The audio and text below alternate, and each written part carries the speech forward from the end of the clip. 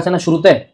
ওই যে কি জানি উপাদানের ছক, এরকম বিভিন্ন ইনফরমেশন আছে, হ্যাঁ, যেগুলো দেখে ইন ফার্স্ট ভিউ তোমার কাছে মনে হবে অনেক ইম্পর্টেন্ট, বাট লাস্টে যা দেখা যাবে এগুলো ইম্পর্টেন্ট না। এরিয়া মার্কিং ওয়ার্ডটা আসলে আমার মনে হয় আমার উদ্ভাবন করা, ঠিক আছে, প্রি অ্যাডমিশন যেমন আমি বলছিলাম এরকম এরিয়া মার্কিং এরকম একটা এরিয়া মার্কিং মানে ধরো মেডিকেলের কোশ্চেনের যেটা সবচেয়ে অসুবিধা প্লাস সুবিধা সেটা হলো ধরো সেটুসে আসছে যে ভাইরাসের একটা আসছে যে ধানের টুংলো রোগ করতে হয়, হ্যাঁ, এটা আসে কোনো এক বছর, নেক্সট ইয়ারে কিন্তু টুংরা আসবে না বা পরের বছর আবার টুংরা আসবে না, যেটা আসবে যে ধানের টুংলো রোগ যে ছকটা থেকে আসছে না ওই ছক থেকে এবার আরেকটা কোশ্চেন তুলে দিবে, ঠিক আছে। এইটা হয় যে ধরো তোমার রক্তের মানুষের শরীরে কত লিটার রক্ত থাকে, ওইটা যে প্যারাটা থেকে আসছে ওই প্যারা থেকে এবার রক্তের আপেক্ষিক গুরুত্ব তুলে দিচ্ছে বা টেম্পারেচার তুলে দিচ্ছে। এই জিনিসগুলো খুবই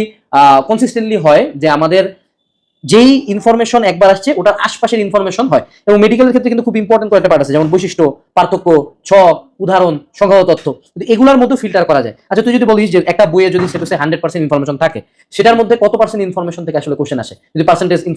করি আমরা পার্সেন্টেজ, যেমন দেখ দুইটা বই আছে আমাদের, টোটাল